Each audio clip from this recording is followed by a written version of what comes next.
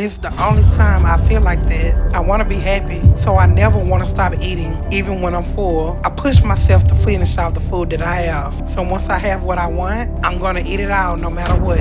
And I never been able to change it. My body hurts, and the stuff I have to go through just to have a normal day is painful on every level. And so I live in despair. At the size that I'm at now, I can still get around, but it's difficult. I feel pain in all parts of my body.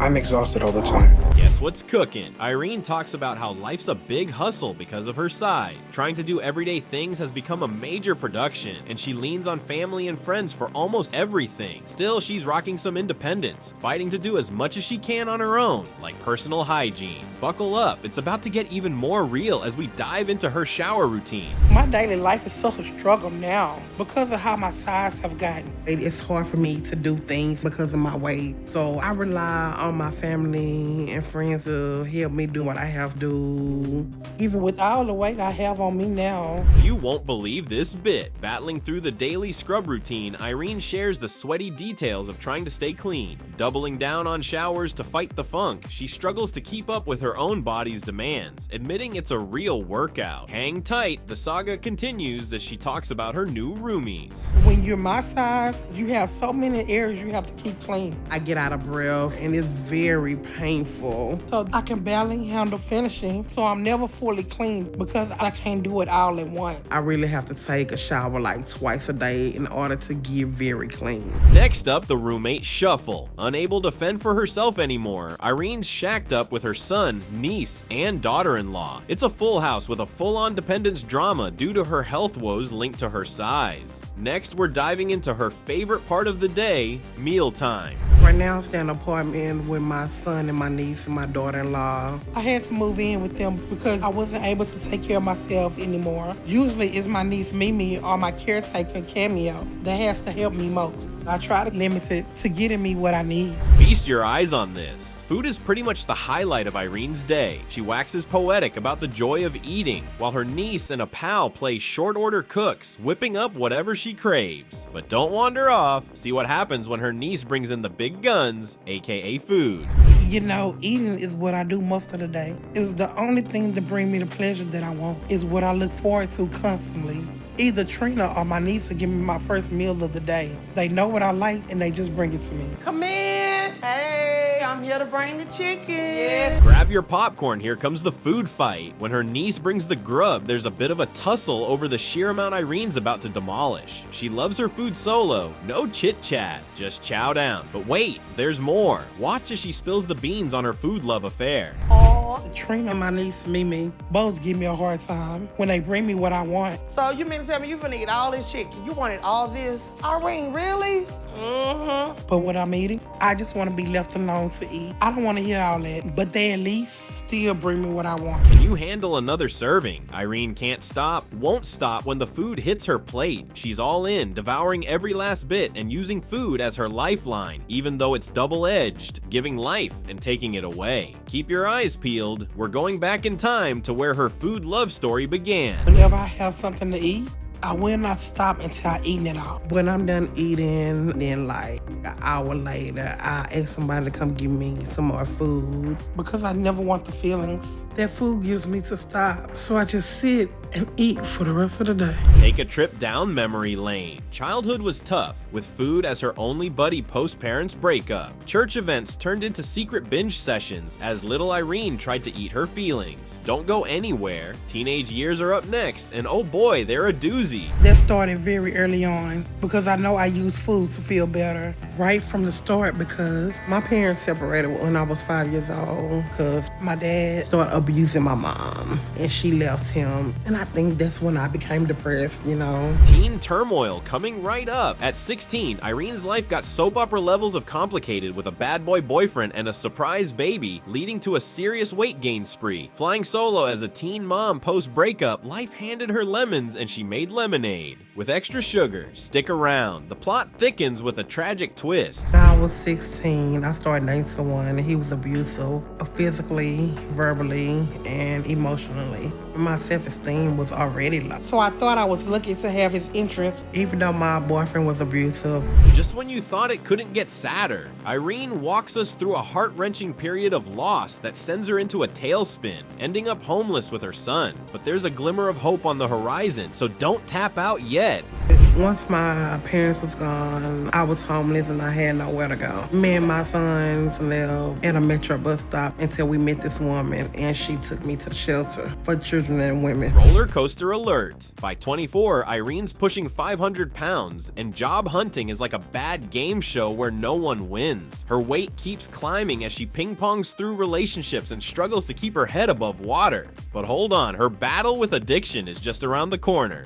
That made it hard for me to work consistently. So for the next 6 or 7 years, I either stayed with a friend or who I was dating. And I had 3 more children. My weight increased during that time. And I got to around 600 when I was in my early 30s. I was struggling and I started to turn to alcohol. Are you ready for a comeback story? Hitting rock bottom was just the start for Irene. Kicking booze and drugs to the curb, she swaps her addictions for an all-you-can-eat buffet. It's a tough swap, but she's not throwing in the towel yet. Stay tuned to see if she can finally take control of her life and fork out a win against her toughest challenge yet. But I'm eating, I feel good, I feel happy. And it's the only time I feel like that. I want to be happy, so I never want to stop eating, even when I'm full. I push myself to finish off the food that I have to make sure it's all gone so no one will get it. Lucas expresses his struggle with waking up in his body every day, highlighting the physical and emotional pain he experiences just to get through normal daily activities. He describes his life as filled with despair due to the challenges of moving around at his current size. Despite these difficulties, he still manages to be mobile, although it is strenuous. Because each day is just too difficult for me to face. My body hurts, and the stuff I have to go through just to have a normal day is painful on every level. And so I live in despair. Lucas shares the logistical difficulties of his daily hygiene due to his size, explaining how an outdoor shower his parents built doesn't serve him well because he can't fit properly. To manage his hygiene needs, he must go to his sister's house to use a shower that can accommodate him. This inconvenience underscores the challenges posed by his weight on everyday activities. My parents built an outdoor shower for me, but I can't get the water to go all over my body because I'm too big. So that doesn't work for me. And the only shower I can fit in is at my sister's place. So I have to go there to get cleaned. I'm too big for chairs, hallways, doors, bathrooms, toilets. The narrative introduces Lucas's living situation in Conroe, Texas, where his family lives in a compound with separate small buildings for personal spaces. Lucas sleeps in a building next to his sisters, while his parents occupy the larger unit. This setup reflects both his close family connections and the physical separations necessitated by his size. Basically, they're just little buildings that we purchase, and then everybody has their own little personal space. So I sleep in a building next to my sister's. And then my parents live in the bigger unit. But my life has become just one challenge after another. Lucas discusses his previous job as a pizza delivery driver and how his weight forced him to quit, shedding light on the impact of his obesity on his employment. He admits that his eating habits are closely tied to his emotional state, especially stress and depression. Despite understanding the negative consequences of his eating, Lucas struggles with finding alternative coping mechanisms. You're the heavyweight in the family? Yes, sir. It's Are mostly. you working? No, sir. I can't work. How long you haven't been working? It's been over a year now. Before that, what kind of job you were doing?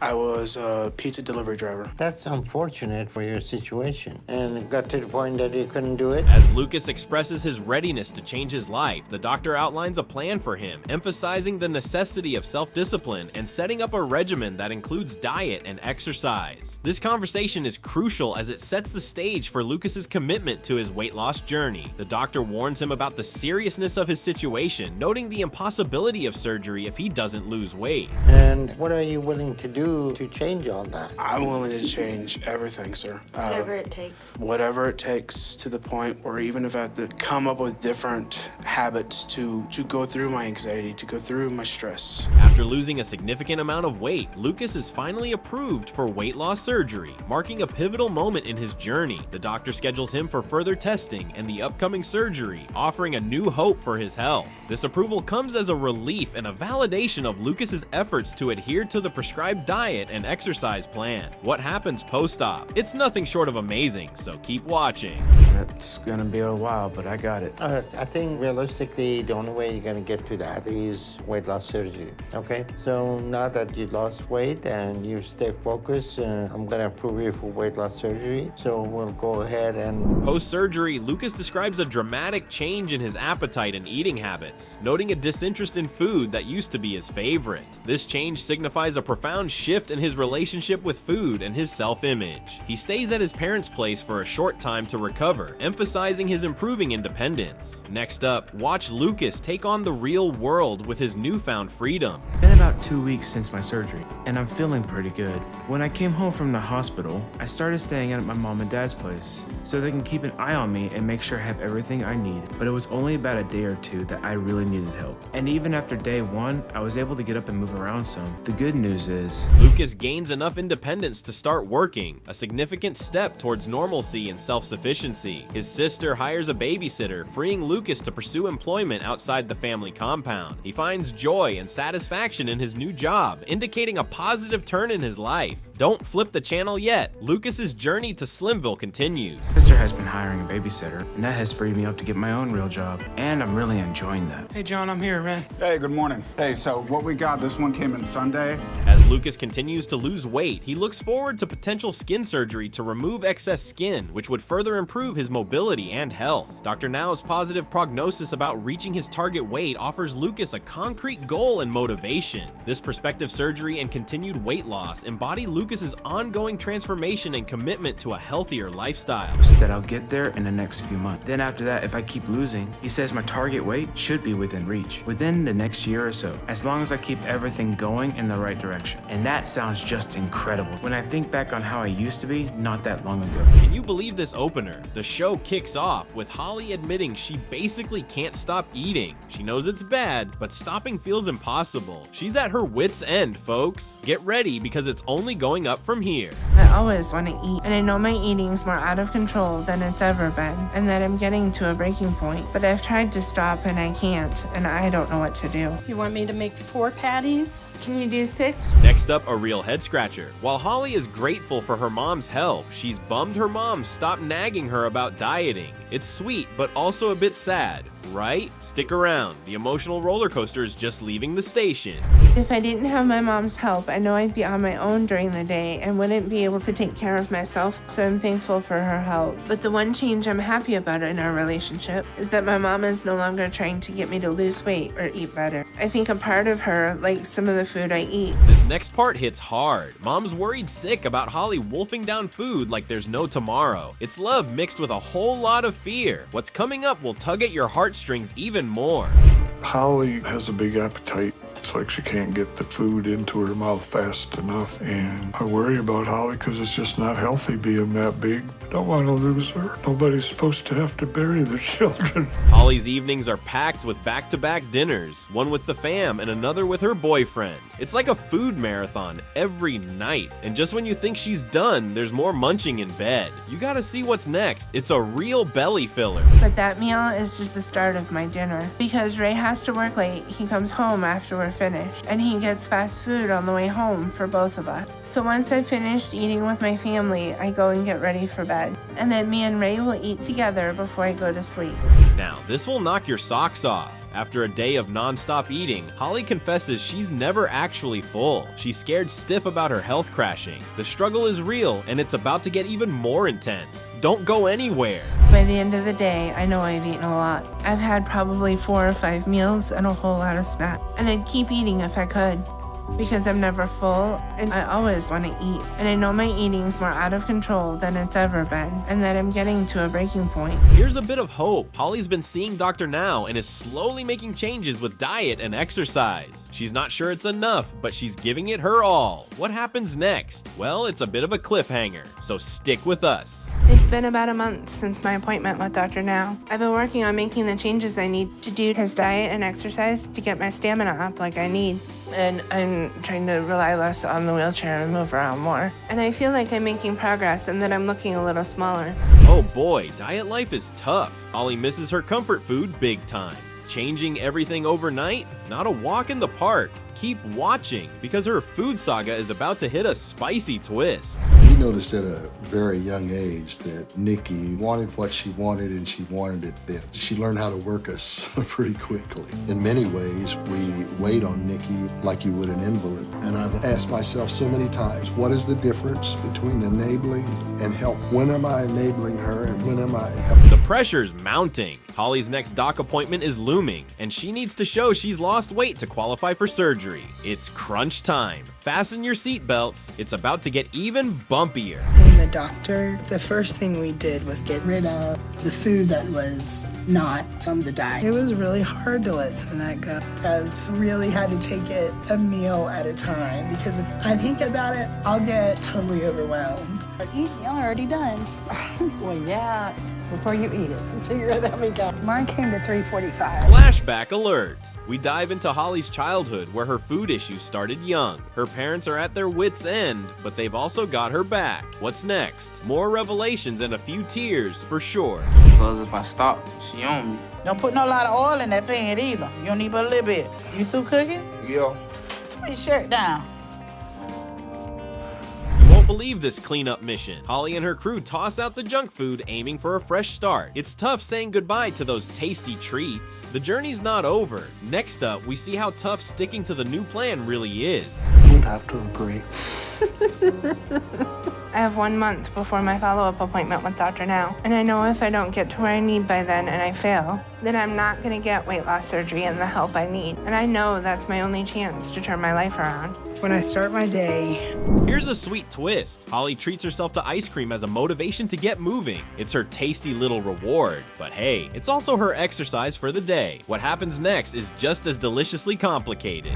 It's like, whew, give me a minute. I don't know how that's gonna fit. This isn't gonna work. You're gonna have to get up and push a cart. I can't. You gotta push a cart, Mark. That's all you can do. By the time we are inside the store, both of my knees are usually throbbing. And Now, here's a confessional. Holly's mom admits she might be making things worse by giving in to Holly's food wishes. It's a guilt-ridden love fest here. The story takes a twist as Holly pushes on with her food fight. Stick around, the drama's just heating up. No, Mark, you just walked and you picked up the chair like it was no big deal. But it was unbelievable, you know. It was just, I couldn't believe it. well, wait till you see how quick I go home now.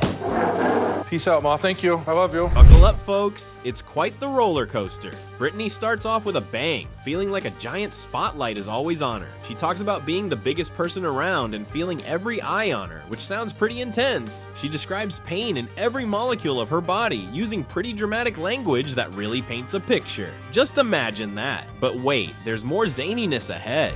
I feel like the biggest person in the whole world, and I feel like all eyes are on me. I want to make Brittany happy any way I can. I don't remember a time waking up that I didn't hurt. Every single molecule in my body. Oh boy, here's where it gets sticky, literally. Brittany shares how her size complicates everyday things like washing up, which turns out to be an epic saga on its own. She talks about being so big that taking care of herself has become a Herculean task. And she's super honest about feeling like she still stinks even after cleaning. Get ready, because it's about to get even crazier.